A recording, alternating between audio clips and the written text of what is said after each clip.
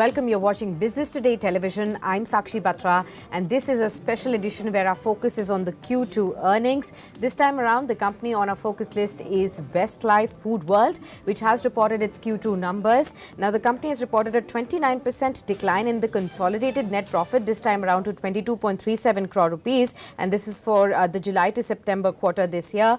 The company has mentioned that there have been challenging market conditions that have led to this drop. The sales have grown, however, at 7% odd at 610 odd crore rupees during the same period. We've also seen some uptick in the operational costs and the expenses in this quarter, and the margins have seen a slight dip as well. Some of the analysts do believe that there is a dip in the earnings as far as the expectations were concerned for Westlife Foodworld. Now, to discuss and to decode the earnings this time around, to share more insights on them and share the business outlook going forward, I am now joined by the company's top management. Akshay Jatia now joins in. He is the Executive Director for Westlife Foodworld. Mr. Jatia, thank you so much for taking the time out for this discussion. Good to have you with us on Business Today TV. Why don't you start off by first helping our viewers really understand, you've mentioned about the challenging environment that has led to the drop in the profits this time around. Could you specify what are the challenges that have led to this drop, and do you see them mitigating over the next few quarters? Thank you for having me, firstly. I have been discussing that there has been a little bit of softening happening due to multiple reasons. Firstly, we've come on the back of a euphoric year or couple of years as we exited COVID. Last year, same quarter, we had comped almost 40%. So we are comping still positively on a high base. There are multiple, factors at play. Number one, there is a softening, in the macro environment where consumers are now kind of playing to seasonality. Seasonality is something that we used to always see pre-COVID, and now it's back in play where, this quarter of July, August, September saw an extended fasting period of Shravan. There was Shrad. It's typically, a tougher quarter with the monsoons, and the monsoons were quite heavy also during certain spells this quarter. So you do see less people getting out. And as a result of the fasting, as well as, the macro environment softening a little bit, you have seen customers eating out less. So informal eat out, Western fast food have both contracted. But as a company, we have gained share and market share. So I think that, we are quite optimistic about the quarters to come. We have a lot in our arsenal. And, this is how we view this slight blip this current quarter. Okay, slight blip in the current quarter, but I also wanted to ask you, because we were running stories on our channel as well as to how the World Cup being hosted in India could actually give a big fillip to the QSR space this time around, and a heightened demand could be seen. Are you going to be seeing the impact from that in Q3, and will that be able to mitigate the numbers going forward? So, sporting events are regular. While it's being hosted in India, I understand that. But, even if it was being hosted somewhere else, people would be kind of getting together, going out to, watch the matches and then maybe dining out. So I think that we are geared up in terms of all our strategic and tactical interventions for the World Cup. Also, it is a festive quarter where we usually see a lot more customers going out, and we have a good set of, strategic initiatives for in our marketing calendar lined up for this quarter. So, I can elaborate more on that later, but I think that we are optimistic about Q3. Okay, optimistic about Q3, and I will ask you on the guidance as well. But let's first talk about the margins for this quarter. They've seen a slight dip to 15.97% versus 16.75% that you had reported earlier. What is this on account of? Have you seen an impact of rising food prices, raw material prices leading to this dip in margins, and what's the outlook?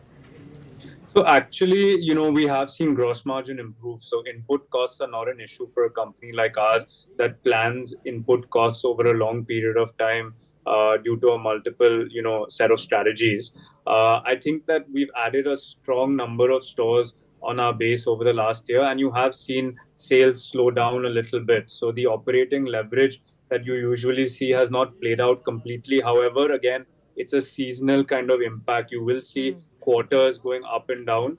But on a yearly basis, we are, optimistic about margin improvement, and we've laid out our 5-year vision where we talk about, our margin moving up to 18 to 20% post India's, and we're quite confident about that trajectory.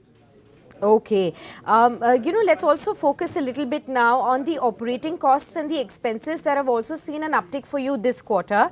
On the total operating costs, they've risen about 9.7%, and the expenses as well, to about 587 odd crore rupees. What is this on account of, and how do you see the expenses going forward?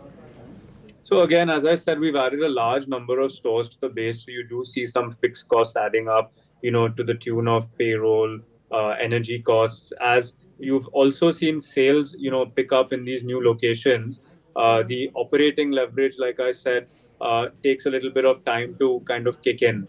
Also, we, have seen G&A rise year on year, but sequentially the trend remains consistent. And again, that's due to the fact that we've staffed for all the right talent for our growth plan, and also we're incentivizing our talent correctly to ensure that we remain a high growth and a very attractive company to work for.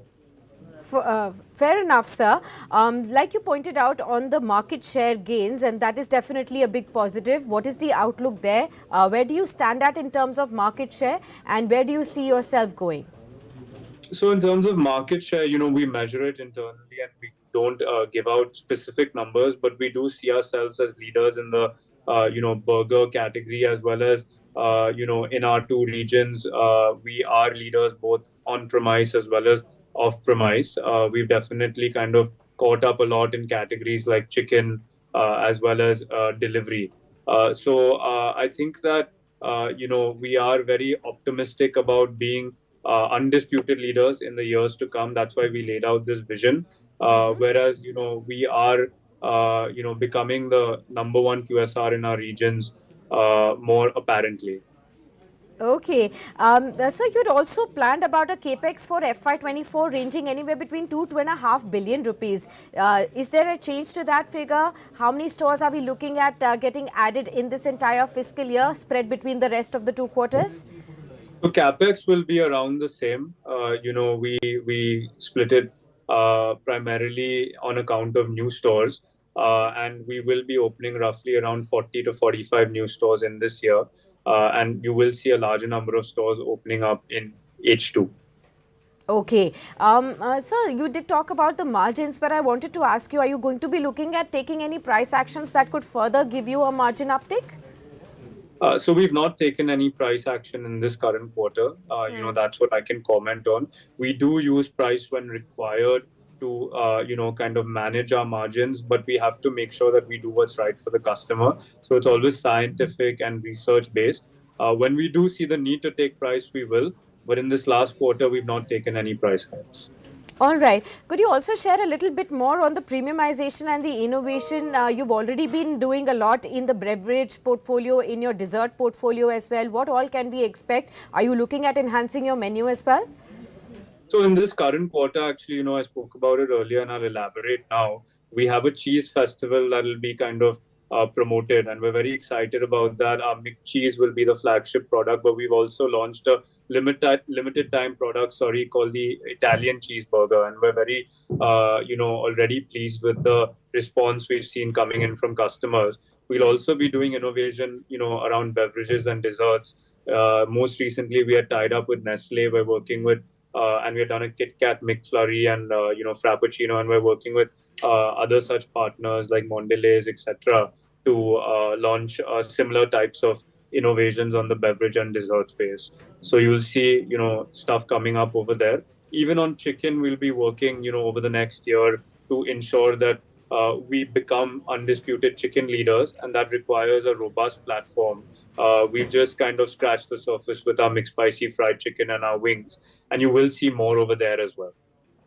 Okay, fair enough. Also, help us understand about your same-store sales growth this time around, and how do you see them going forward? What is the trend? So for H1, we delivered a 3% SSSG. I think that's quite impressive in an environment where everyone, in the peer set and industry is seeing more pressure. I think that we've spoken about a 5-year vision where we're talking about high single-digit SSSG. you will see some years a little up and down in terms of the average. And we are very optimistic as the growth story for the country also plays out. We will deliver this number over the next 5 years. Okay. Also, Mr. Jatia, could you talk to us about the increasing competition from both international and domestic players in this entire space, and how are you looking at all of these? How do you plan to maintain your leadership in the burger space? So we look at competition very favorably. Actually, it's only grown the Western fast food category, whether it's in burgers, whether it's in chicken or coffee. In fact, now you're hearing everyone talk about burgers more than any other food category, and that's customers more to Western fast food and brands like ours. And if we continue to do this differentiated work, which we will, you'll see us only gain share, and that's why we're so confident about our next 5-year vision. Okay. Could you also help us understand, would you be extending your menu to perhaps include some of the healthier options as well? So we already do a lot of good work in terms of our good food. We call it real food, real good. And we've already kind of launched a whole wheat bun. We've removed a lot of oil content from our mayonnaise, for example. Our aloo tikki has been certified as a balanced meal, and we're consistently working on removing trans fat content from our products, which is very important for health. And actually, if you look at it, where you want when a consumer steps out and wants a consistent quality kind of experience, they look at a McDonald's. A lot of other outlets or eating out experiences, while they may seem healthier, it's not consistently delivered the way we deliver it. Okay. Could you also help me understand, you must have done an extended study after COVID, especially. During COVID, we of course saw everybody ordering a lot from outside. What is the trend right now? Have you seen people coming back to pre-COVID levels in terms of eating out? And what is your revenue mix when we talk about, takeaways, exposure from e-commerce and other places vis-a-vis the store growth? So, we break it out in terms of on-premise and off-premise. Both of them grew around 7% year on year on a very high base. So we're very enthused that a lot of customers have come back despite the contraction in the Western fast food and informal eat-out category. And a lot of our initiatives are driving more customers back to our stores. And that's the main goal for us, to get more customers back to our stores more frequently.